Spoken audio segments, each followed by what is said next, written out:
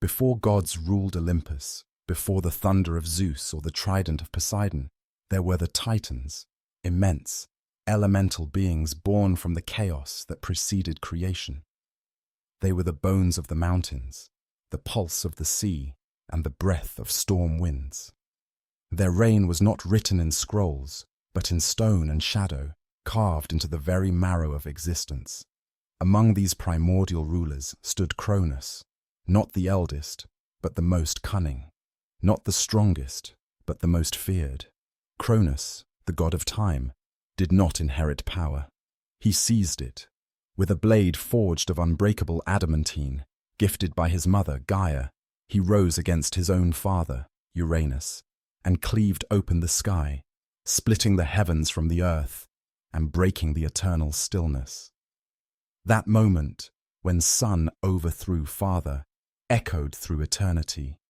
From the blood of Uranus, spilled upon Gaia, monstrous children were born, the Furies, the Giants, and the Meliae. From rebellion came new life, new terror, and new order. And Chronos, with his victory, crowned himself king, not just of the Titans, but of all existence. He became time incarnate, a force that governed the march of hours, the decay of seasons, and the mortality of gods. Yet Chronos did not usher in chaos. He built order, an age the poets would call golden. Mortals lived without toil, the earth gave freely, and suffering seemed banished. It was peace, yes, but peace held hostage by fear, and ruled by the ticking hands of an invisible clock. In the myths of distant lands, echoes of this tale resound. In Mesopotamia, the god Marduk slays the chaos dragon Tiamat to establish divine order. In Egypt, Horus battles his uncle Set to avenge Osiris and restore balance. In India, Indra strikes down Vritra to free the waters of life. These myths are not isolated. They are a shared human memory, recurring symbols of order emerging from conflict, of new gods rising over the old. For Chronos, the cycle of power was prophecy. Just as he had overthrown Uranus, it was foretold that he, too, would be overthrown by his own child. The cycle of succession, so central to ancient kingship and myth, was embodied in the very fabric of his rule. And so, the god of time turned not outward to govern, but inward to consume. He devoured not just threats, but possibilities. He devoured his newborn children in an act of desperate preservation. This is the essence of Chronos, a king who swallows the future, believing he can prevent it. His story is more than a tale of divine rebellion.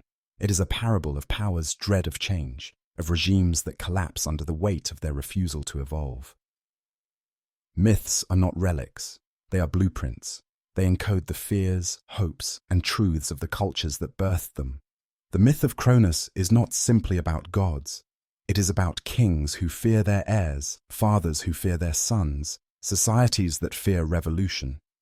It is about memory, preservation, and the inevitability of transformation. From Hesiod's Theogony to Homeric hymns, from chiseled temple reliefs to the inked pages of scrolls, the tale endured. It whispered to rulers in their halls, to rebels in their caves, and to philosophers under starlit skies. It warned that no power, divine or mortal, can stall the passage of time. And in the skies above ancient Greece, where thunderclouds coiled like serpents and lightning carved stories into the night, a rebellion stirred, not just among gods, but among peoples, priests, and poets. The war between Chronos and Zeus was more than myth. It was memory wrapped in mythic form, the echo of dynasties shifting, of generations rising. This is that story, not just the fall of a god, but the cracking of an age, the twilight of Titans, and the stormborn birth of Olympus. The world after Uranus was raw and vast. With his father gone, Chronos reshaped the cosmos in his own image. He and his fellow Titans divided dominion over the elements.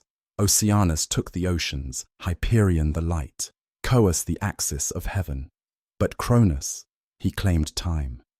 time itself bent to his will, moved by his breath, counted by his gaze. In every hour of daylight, in every changing season, his unseen hand passed. From Mount Othrys he ruled. A throne hewn from obsidian, perched at the edge of the world, became his seat. Around him, the cosmos flowed in obedient harmony. Mortals were content. There was no war, no hunger, no law, because Cronus's silence was law enough. Beneath him, the world turned with mechanical grace, like a celestial timepiece. This golden age, as the poets later called it, was not gilded with joy, but with fear wrapped in plenty.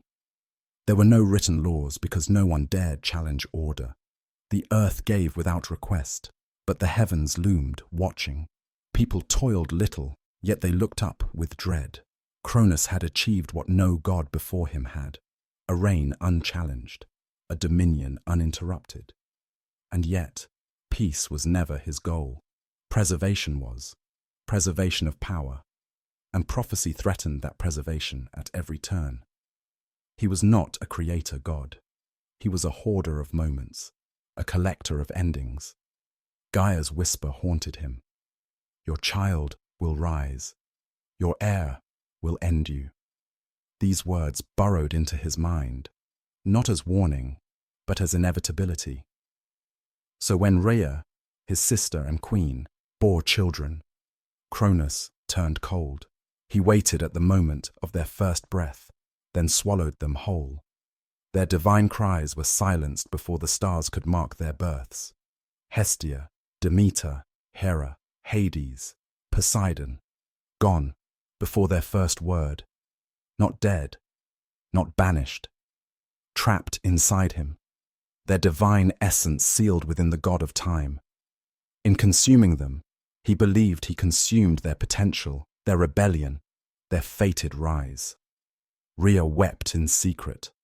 Her cries echoed through caverns, beneath roots and rivers, but no one defied Chronos. Even the other Titans turned away, powerless to challenge prophecy and fear. They watched, perhaps ashamed, perhaps in awe.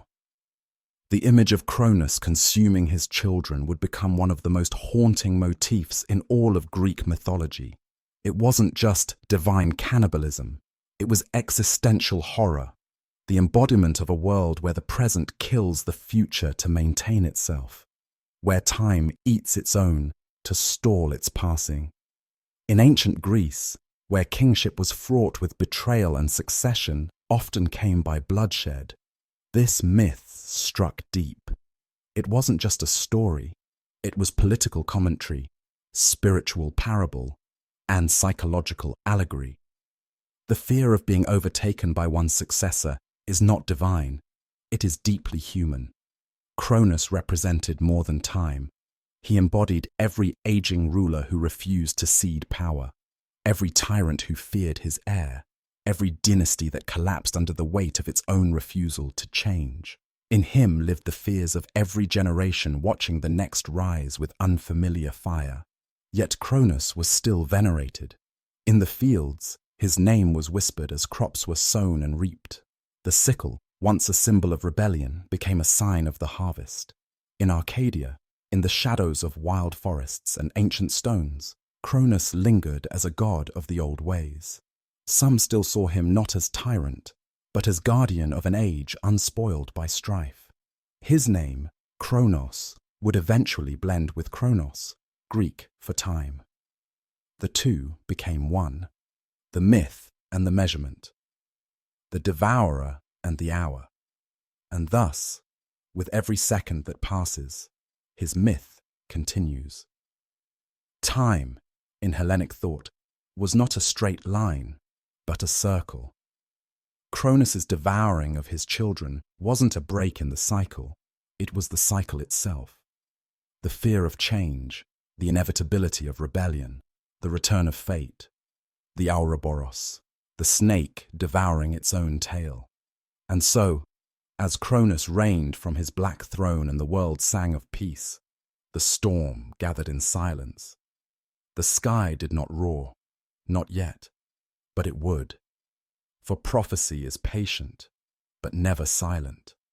Because deep beneath a mountain on a distant island, the child he would not eat had just drawn his first breath.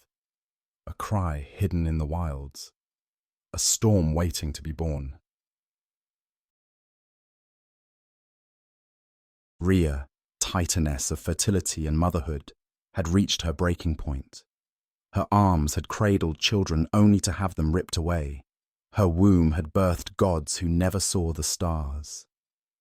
The silence of her motherhood echoed louder than any storm. This was no longer grief. It was rebellion, carefully kindled. She turned to Gaia, the earth itself, seeking refuge and counsel. The ancient mother who had once armed Chronos now plotted against him. Gaia's wisdom was patient, her fury eternal. Together, they forged a plan not of violence, but of secrecy, cunning, and mythic misdirection. They crafted incantations and omens, binding the future with hope and deception. When the time came, Rhea did not give birth in a palace or temple, but in exile. She crossed the sea under cover of darkness. Her destination, Crete, a wild land of caves, forests, and myths older than Olympus. There, beneath Mount Ida, in a sacred cave still visited by pilgrims to this day, Rhea gave birth to her final child. Lightning arced across the sky the moment Zeus entered the world, as if the cosmos itself recognized the shift. Zeus, the last born, the hidden one, the storm to come, the culmination of prophecy wrapped in mortal fragility. To deceive Chronos, Rhea swaddled a stone in cloth and presented it to her husband. The king of time, blinded by fear and habit, swallowed it whole. He did not see the lie. He did not hear the prophecy tighten around his throat. He devoured it like all the rest, thinking the cycle was broken. But it had only just begun. Somewhere beneath the folds of time, a crack had opened. Meanwhile, in the Idaean cave, Zeus was not alone. The nymphs, Adrasteia and Ida, cared for him. They fed him honey from sacred bees and the milk of Amalthea, a divine goat whose horns sparked with celestial magic. Her breath warmed the cold stone of the cave, and in her eyes burned the wisdom of the stars. It is said that the stars themselves dimmed each night to watch over the boy. To conceal his cries, the Kuretes, armored youths, performed a ritual war dance, clashing bronze against bronze in a frenzy of rhythm and secrecy. Their dance was more than protection. It was tradition, a living memory of a matriarchal past where sound and steel shielded new life from divine wrath. Their steps told stories of vengeance and fate, of destiny unraveled and rewoven. These guardians were not mere myth. They were seeds of historical warrior cults, traces of which survive in the ceremonies of ancient Crete and echoes in later Greek rituals. Archaeologists have uncovered figurines, bronze blades, and fragments of hymns etched into cave walls, myth and history blurring. The cave of Zeus became a sanctuary of belief and memory. Zeus grew in secret, cradled in mystery and surrounded by signs. He listened to stories whispered by the nymphs of titans and fate, of stars and rebellion. He watched storms gather on the horizon and felt a strange kinship with their wrath. His cradle was stone. His lullaby was war. His heart beat in rhythm with thunder. As the seasons passed, the cave became a temple of growth. Birds nested above, roots twisted around its mouth, and the winds whispered omens. Zeus, no longer an infant, practiced with stones and storms. He learned not only strength, but patience. He learned that to defeat time, one must bide it. He studied the constellations, mimicking their cycles, and dreamed of the day he would reshape them. Each night he dreamt of fire and chains, of a sickle stained with divine blood. He saw his mother's tears, the screams of his swallowed siblings, and the glint of the throne upon Mount Othrys. But he also saw a world reborn, Olympus shining, balance restored. In his dreams, he bore the cosmos upon his shoulders. The child who had once been hidden became a young god, shaped by vision. Zeus did not merely want to rise, he wanted to free. And when the time came, he would rise not as a son avenging his siblings, but as a force correcting a cosmic imbalance, not just a king, but a herald of a new order. The thunderclouds that once hid him now gathered to follow him. The war was coming, and the sky itself would choose sides. Zeus had grown not just in strength, but in vision. He had learned the old songs and prophecies. He had watched the stars shift and felt the slow pulse of destiny beneath the mountain roots. He was not merely a god born to fight. He was a force born to rebalance, to reorder, to reforge the cosmos in a new image.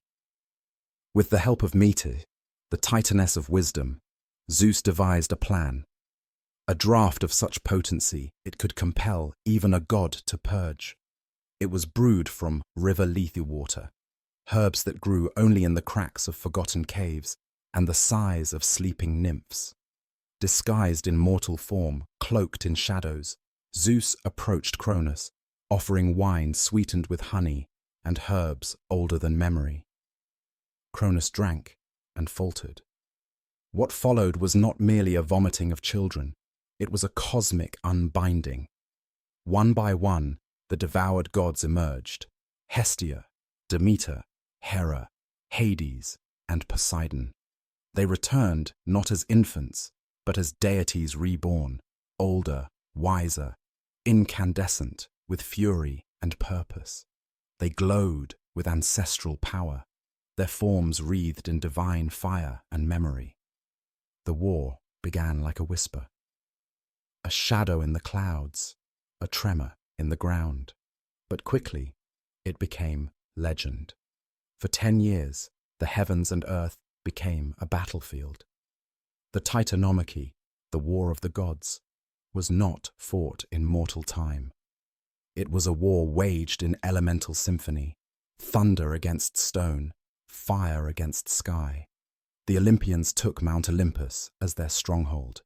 The Titans held fast on Mount Othrys. Between them lay the axis of the world, shifting, cracking, groaning with strain. Rivers reversed course, stars dimmed. Night extended its reach. Even time slowed, unable to endure the strain. At Zeus's behest, the Cyclopes were freed from Tartarus.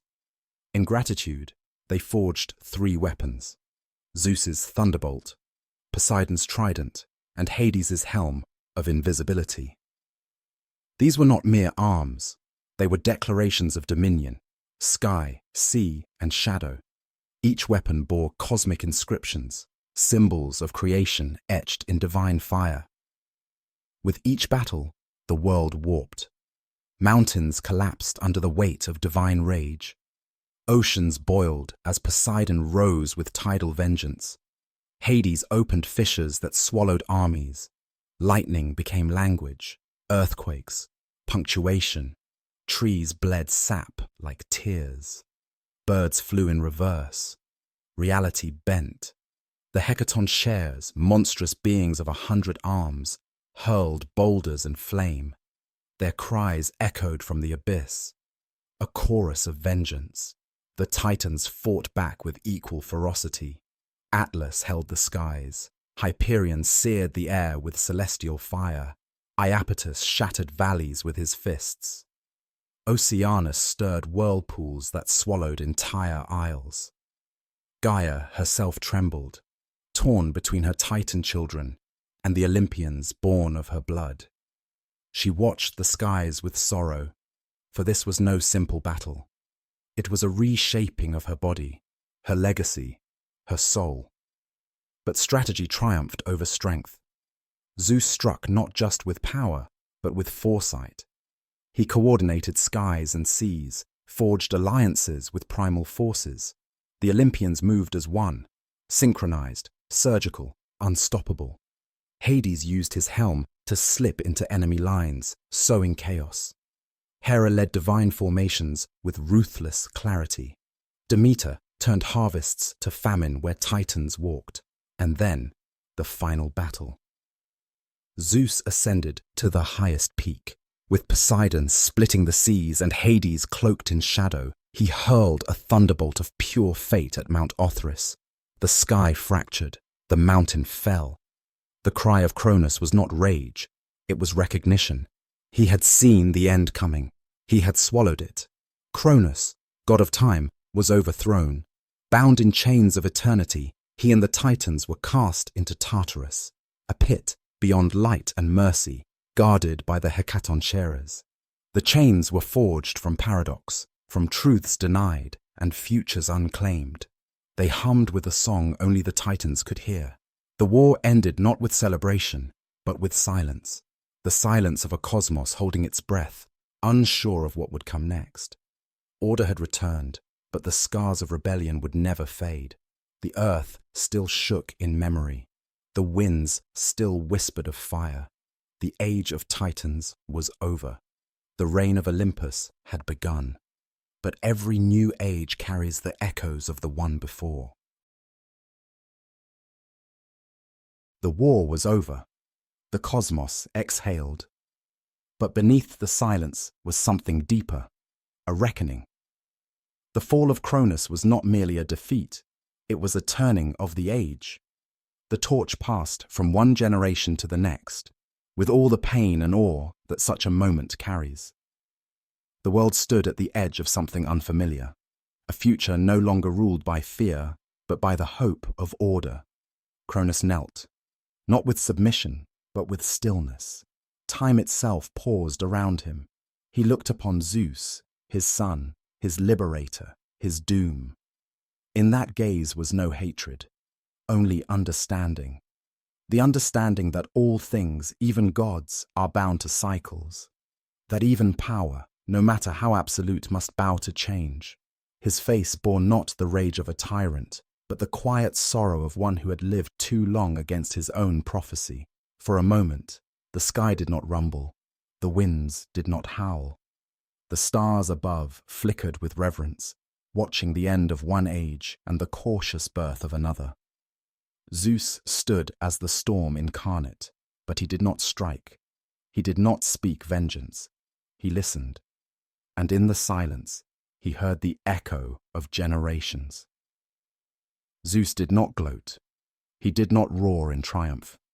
Instead, he stood as a god forged by myth, shaped by memory, and tasked with the impossible, to build a new order from the ashes of the old. The weight of victory was heavy. The price of rebellion had been paid in blood, stone, and sky. Chronos was bound not in iron, but in fate. The chains wrapped around his form were forged of unspoken truths and ancestral regrets. They shimmered with paradox, looping endlessly like serpents of time.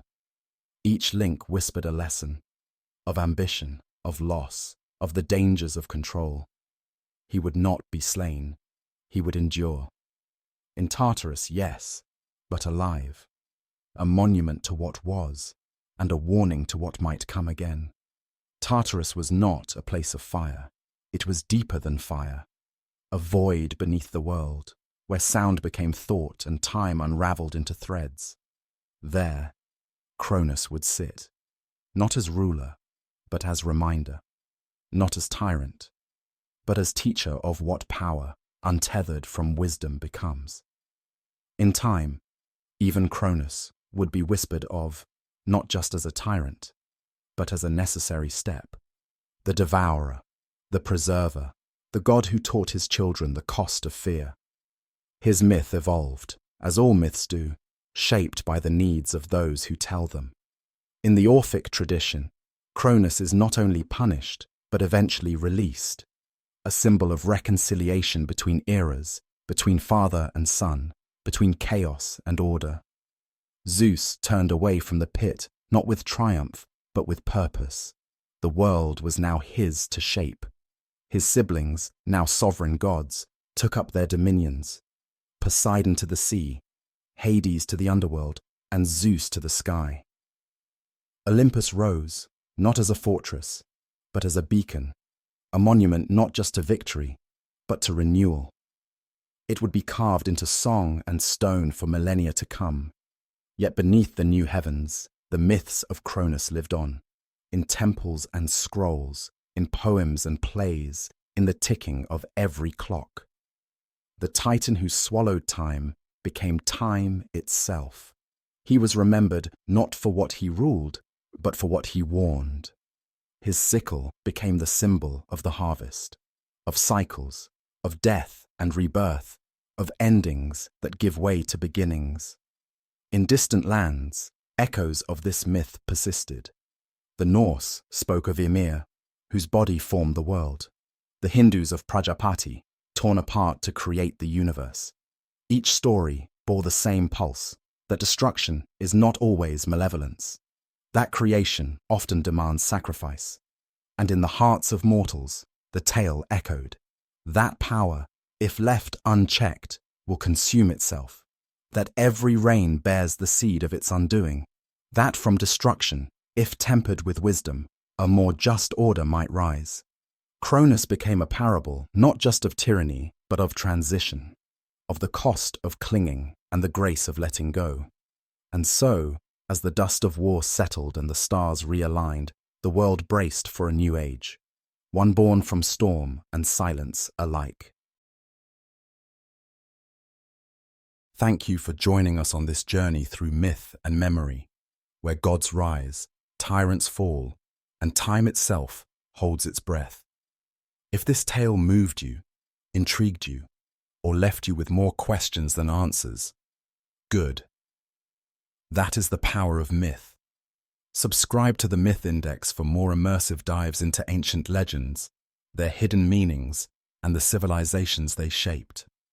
Like, share, and join our mythic circle. We're just getting started.